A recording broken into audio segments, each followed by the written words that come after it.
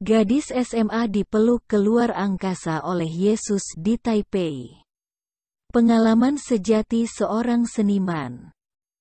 Pelukis Su Guoyu lulus dari École Nationale Supérieure des Beaux-Arts, ENSBA, Paris, Prancis. Dia telah menerima 2 penghargaan utama Prancis. Hadiah pertama di Paris Autumn Salon. Hadiah Veron untuk lukisan. Lukisan latar belakang video ini adalah semua ciptaannya. 4 hal yang saya pelajari di ruang angkasa. Ketika saya berusia 18 tahun, saya belajar di Jingmei Girls High School di Taipei, Taiwan, dan sedang mempersiapkan ujian masuk universitas.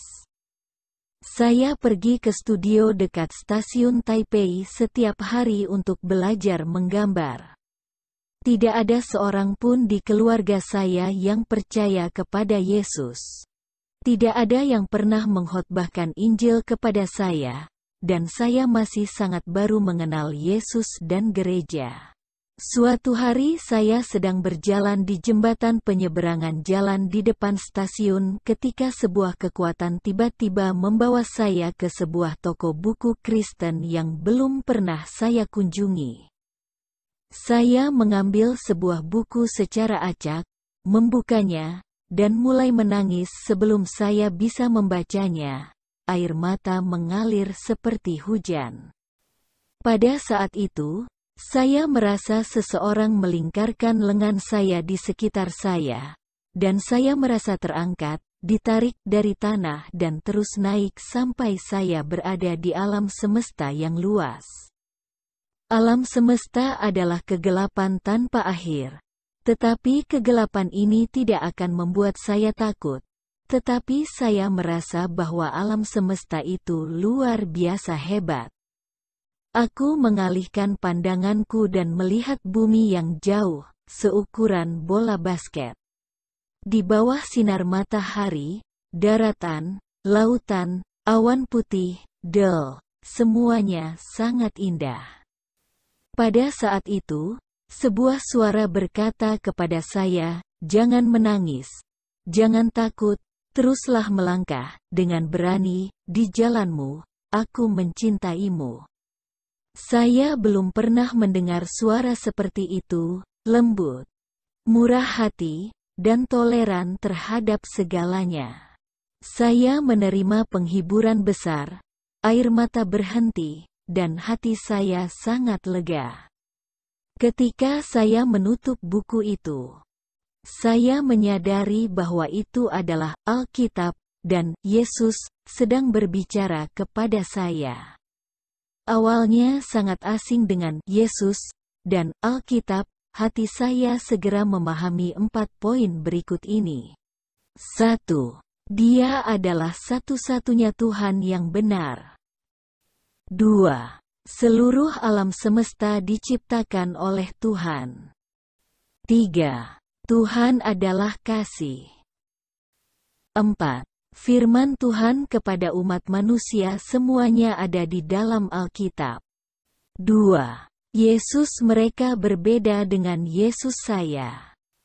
Setelah itu, saya ingin mencari Yesus yang berbicara kepada saya dengan suara yang agung dan lembut. Di manakah Dia? Saya menghabiskan 5 tahun pergi ke banyak gereja dan selalu kembali dengan kecewa. Karena saya merasa, Yesus yang mereka bicarakan tidak sama dengan Yesus saya. Penafsiran gereja tentang isi Alkitab sering bertentangan, yang membuat saya ragu tentang iman saya. Saya tidak bisa mendapatkan jawaban pasti di gereja. Jadi saya berhenti mencari gereja dan berhenti mempercayainya. Dan menegaskan bahwa tidak ada kebenaran di dalam gereja dan tidak ada Yesus. Tak lama setelah saya lulus dari universitas, saya pergi ke Prancis untuk belajar. Saya lupa tentang keberadaan Yesus ketika saya berada di Prancis. Pada tahun 1997 saya menderita depresi. yang menjadi parah 2 tahun kemudian. Saya mengunci diri di dalam rumah setiap hari, takut melihat matahari dan bahkan menutup gorden rapat-rapat. Meskipun saya memahami kondisi saya tidak dapat menyelamatkan diri saya sendiri. Mau tidak mau saya marah, dan saya tidak bisa bahagia. Saya merasa bahwa seluruh diri saya jatuh ke dalam lubang gelap yang tak berdasar. Dalam keputusasaan saya ingat Yesus yang saya temui ketika saya berusia 18 tahun, dan saya berlutut dan berdoa kepadanya. 3. Yesus menyemangati saya lagi. Saya terbangun pada suatu pagi dengan dorongan yang mengejutkan untuk menarik kembali tirai. Saat cahaya matahari mulai masuk, saya mendengar Yesus berkata lagi, "Teruslah berjalan di jalanmu. Aku mencintaimu." Suara penuh kasih ini menguatkan saya, dan saya melangkah keluar dari apartemen untuk menghadap matahari. Saya percaya lagi bahwa Yesus yang saya temui ketika saya berusia 18 tahun dapat dipercaya, nyata, dan telah mengawasi saya. Tetapi ketika saya sampai di Prancis, saya lupa tentang Dia. Pada tahun 2001, saya lulus dari akademi dan memenangkan 2 penghargaan lukisan di Prancis. Saya segera dihubungi oleh galeri dan kolektor, dan karir saya sangat sukses. Namun ketika saya diwawancarai dan menerima penghargaan, saya sangat sedih, sakit, dan ingin menangis, dan saat itulah saya menyadari bahwa hati saya telah jatuh ke titik yang sangat buruk. 4. Yesus yang saya temui ketika saya berusia 18 tahun ada di sini. Sister Huang dari gereja Songsan adalah istri tuan tanah saya, dan kami tidak saling mengenal. Dia datang ke Prancis untuk mengunjungi orang tua suaminya, dan karena saya adalah penyewanya, dia juga datang menemui saya.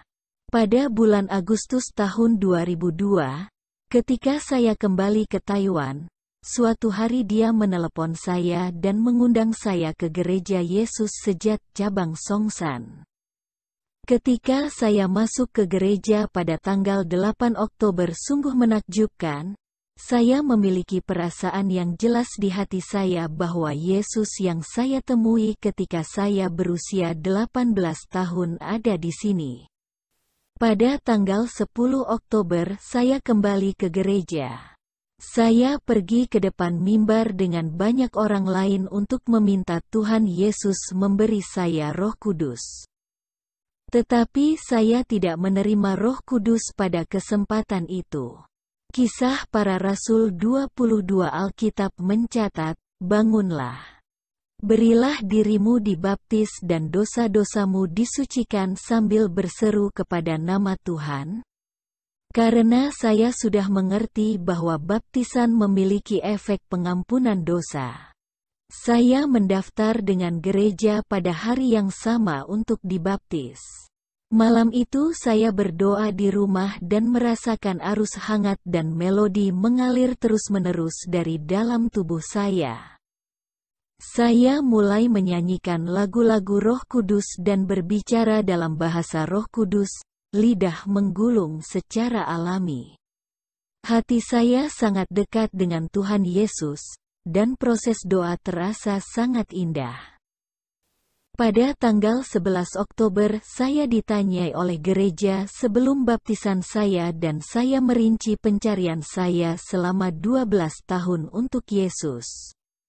Pendeta itu berkata, "Gereja Yesus Sejati biasanya tidak cepat membaptis katekumen, tetapi karena Roh Kudus telah memimpin Anda ke sini, kami hanya bisa mematuhi Roh Kudus." Pada kebaktian malam itu, saya pergi ke depan mimbar gereja untuk berdoa lagi.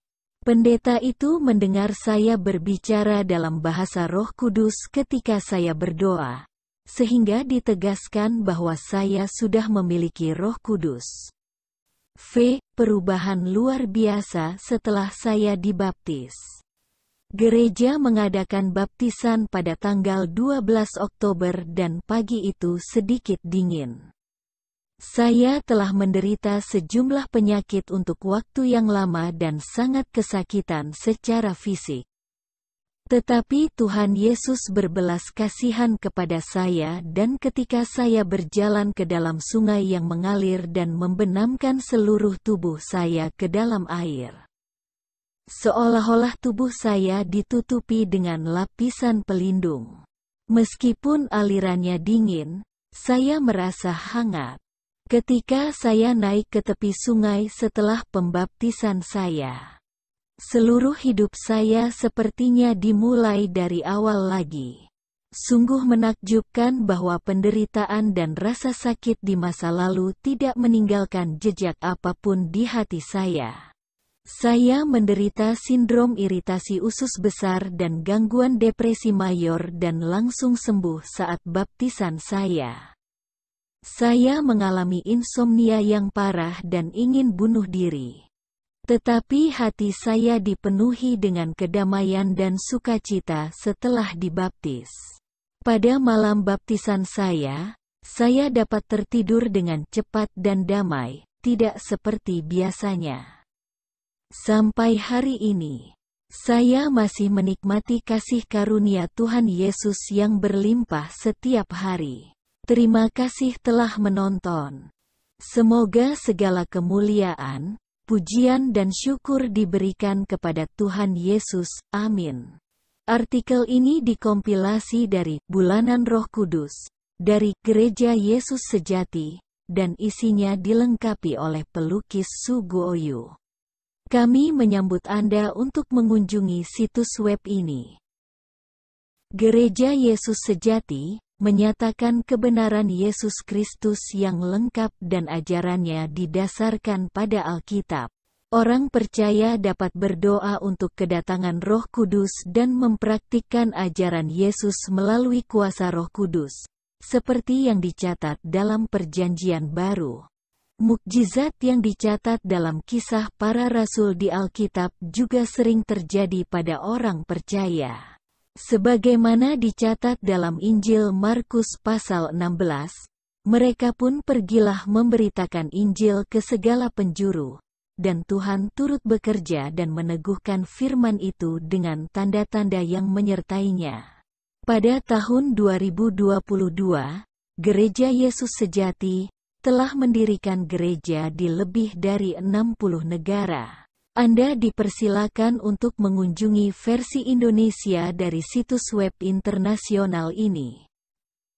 Anda juga dipersilahkan untuk mengunjungi situs web Gereja Yesus Sejati Indonesia untuk mempelajari lebih lanjut dan mengajukan pertanyaan. Silakan klik URL di bawah video ini untuk menuju ke situs web di atas.